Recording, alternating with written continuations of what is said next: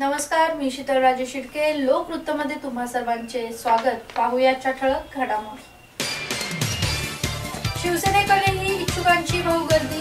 जिल्हा परिषद पंचायत समितीसाठी 615 शिवसैनिक इच्छुक. भारतीय विद्यापीठ डॉक्टर JW एरन अकॅडमी सातारा यांच्या वतीने वार्षिक स्नेहसंमेलनाचा कार्यक्रम संपन्न. नोटाबंदी निर्णयानंतर बाजार समित्यांमध्ये शेतमालाचे दर घसरल्याचे चित्र. नोटाबंदीचा शेतकऱ्यांना फटका. लाखोंच्या उपस्थितीत सांगलीत घुमला बहुजन मोर्चाचा एल्गार. सांगलीतील बहुजन मोर्चाला अभूतपूर्व प्रतिसाद. सातारा पुणे हायवेवर लिंब फाटा येथे फुटलाय पाण्याचा झरा. हे पाणी नक्की कोठून येते याचाच गूढ. बातमीपत्र सविस्तर. जिल्हा परिषद व पंचायत समितीच्या निवडणुकीसाठी सातारा जिल्ह्यात शिवसेनेकडेही इच्छुकांची गर्दी असल्याचे चित्र पाहायला मिळाले. 615 शिवसैनिक इच्छुक असून रात्री उशिरापर्यंत मुलाखती सुरू होत्या. जिल्हा परिषद व पंचायत समिती ताकदीने प्रवेश करण्याचा निर्धार करून शिवसेनेने जिल्ह्यात मोर्चाबांधणी सुरू केली आहे.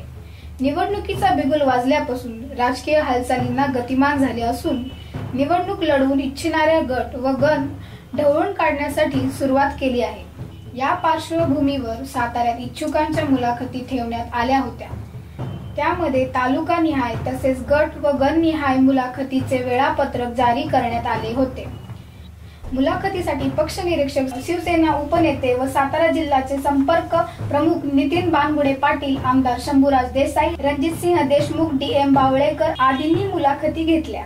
जिल्हा परिषदेचे 64 गटांसाठी 180 नंतर पंचायत समितीचे 128 जागांसाठी 465 उमेदवार अर्ज शिवसेनेकडे दाखल झाल्याची माहिती शिवसेनेतर्फे देण्यात आली. भारतीय विद्यापीठ डॉक्टर JW एरन अकॅडमीच्या वतीने वार्षिक स्नेहसंमेलनाचे आयोजन करण्यात आले होते. या कार्यक्रमाला प्रमुख पाहुणे म्हणून नगराध्यक्ष सौ माधवी कदम, उपनगराध्यक्ष राजू भोसले तसेच विशेष अतिथी म्हणून शाळेचे माजी विद्यार्थी व लोकवृत्तचे संपादक सुजित आंबेकर यांची प्रमुख उपस्थिती होती.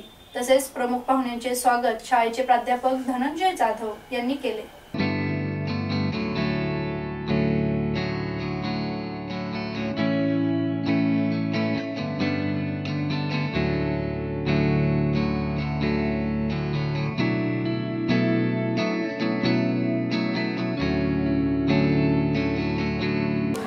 प्रथमतः मी हे सगळं सुरुवात करताना आमच्या शाळेच्या ज्यांनी आम्हाला लहानपणापासून वाढवलं त्या पवित्राबाई, त्यांचं कालच दुःखद निधन झालेलं आहे.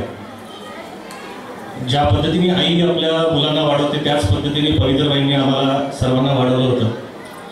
तर पवित्राबाईंच्या नावाने म्हणजे आमची जी बॅच आहे 92-93 ची बॅच आहे. माझे सहकारी मित्रही आता इथे उपस्थित आहेत.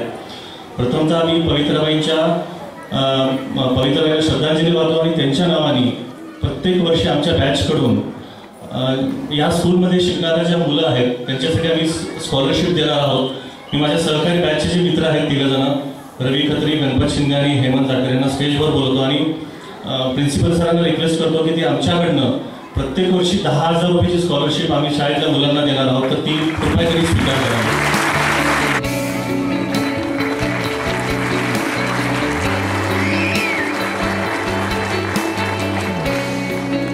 सगळी मुलं होती त्यांच्यासाठी पवित्राबाईंनी खूप काही केलेलं आहे. ज्या पद्धतीने मगाशी म्हटलं, ज्या पद्धतीने आपली आई जसं सांभाळते तसं नर्सरीपासून अगदी 4थी पर्यंत आम्हाला संपूर्ण सांभाळायचं काम केलेलं आहे. तर मी माझ्या आता पुढच्या थोडंसं माझं मनोगत व्यक्त करतो. इंग्लिश मीडियममध्ये शिकलो, तर सुरुवात मराठीने जरी केली असली तरी माझ्या काही भावना मी लिहून आलेल्या आहेत त्या आपल्यासमोर वाचवतो. माझ्या शाळेमध्ये आज मला जो आज बहुमान दिला मला, त्या बहुमानाबद्दल मी सर्वांचे आभारी आहे. स्कूल स्टाफ, टीचर्स सगळ्यांचे आभारी आहे. खरं तर आमची शाळा म्हणजे नर्सरीपासून मी 10वीपर्यंत ह्या शाळेत शिकलो आणि शाळेचं गॅदरिंग म्हणजे एक वेगळाच आनंद असायचा.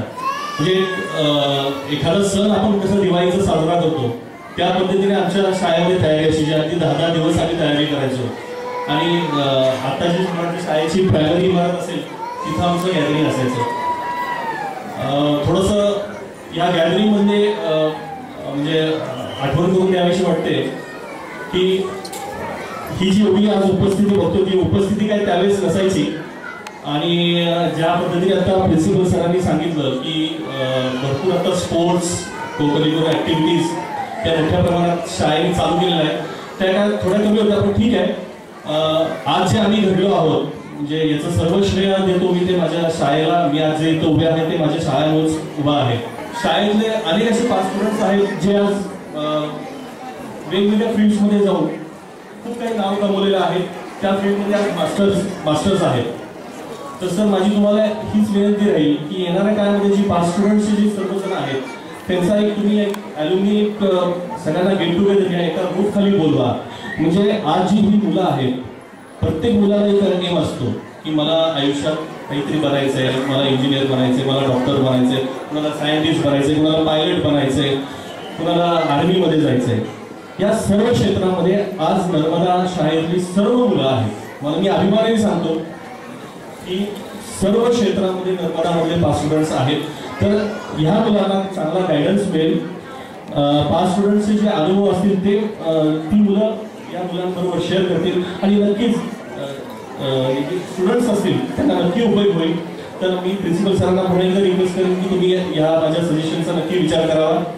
तर मी माझा 2 शब्द इथं सांगतो. मला खूप काही बोलायचं होतं परंतु बोलू शकत नाही. मला स्वतःला प्लीज मला आज खूप आनंद वाटला. माझ्या आयुष्यातला फार मोठा क्षण आहे की ज्या शाळेमध्ये मी शिकलो त्या शाळेने मला आज गेस्ट म्हणून बोलवलं. पुन्हा एकदा मी सर्वांचे आभार मानतो आणि 2 शब्द. नोटाबंदी निर्णयानंतर बाजार समित्यांमध्ये शेतमालाचे दर घसरल्याचे चित्र पाहावयास मिळत आहे. दरम्यान याचा फटका अनेक शेतकऱ्यांना बसला आहे. दक्षिण सोलापूर तालुक्यातील हगलूर येथे शशिकांत शिंदे यांची 15 एकर शेत जमीन आहे. त्यामध्ये भरघोस उत्पन्न घेण्याच्या दृष्टीने त्यांनी येथील ब्रह्मदेव माने सहकारी बँकेतून 40 लाखाचे शेतीसाठी पीक कर्ज घेतले.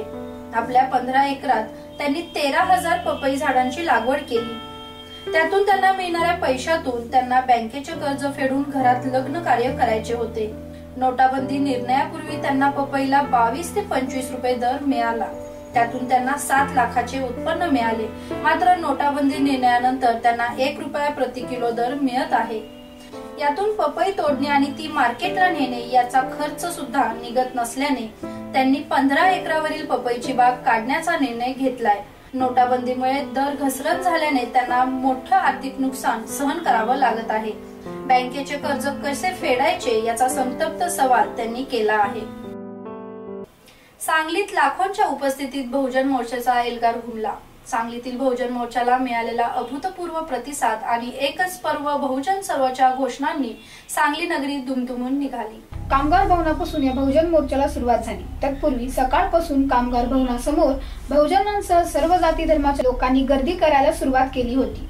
यावेळी हजारोंच्या जनसमुदायाच्या उपस्थितीत सांगलीतून बहुजन क्रांती मोर्चाला सुरुवात झाली. बघेल तो रस्ता आणि चौकात बहुजन क्रांती मोर्चाचा नाद गुंजत होता. डोक्यावर कडक उन्हाचा तडाखा असतानाही बहुजन मोर्चाची शिस्त कुठेही बिघडलेली दिसली नाही. अत्यंत शिस्तबद्ध पद्धतीने निघालेल्या या मोर्चाला मिळालेला प्रतिसाद पाहता आजच्या बहुजन मोर्चाला यशस्वी झाल्याचे वातावरण दिसून येत होते. बघेल तिकडे निळे, भगवे, पिवळे आणि हिरवे झेंडे दिमाखाने कार्यकर्त्यांच्या हातात फडकत होते. अॅट्रॉसिटी कायदा कडक करण्याबरोबर अन्य मागण्याही यावेळी करण्यात आल्या.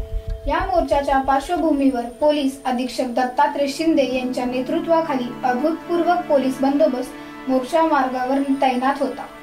लोकांना 100 ते 200 फूट बोर काढूनही पाणी लागत नाही. पण सातारा पुणे महामार्गावर लिंब फाटा येते असा एक खड्डा आहे जेथून सतत पाणी वाहत आहे. आणि आश्चर्याची बाब म्हणजे हे पाणी कुठून येत आहे हे अद्याप गूढच आहे. सातारा ते पुणे महामार्गावर लिंब फाटा येथे महामार्गाच्या मध्यभागीच खड्डा पडला असून त्या खड्ड्यातून सतत पाणी वाहत आहे. कितीतरी वर्षांपासून या खड्ड्याची दुरुस्ती करून देखील पाणी वाहतच आहे. हे पाणी नक्की कुठून येत आहे याची माहिती कोणालाच नाही. याची चौकशी केली असता जुना हायवे असताना याच जागेवरून पाणी वाहत होते. त्या जागेवर नवीन रस्त्याचे काम 4 फुटांचे झाले तरी खड्डा पडतच आहे आणि पाणी वाहतच आहे अशी प्रतिक्रिया येथील नागरिकांनी व्यक्त केली. हे होते आजचे लोकवृत्त. उद्या पुन्हा भेटूया पुढील बातमीपत्रामध्ये. तोपर्यंत नमस्कार.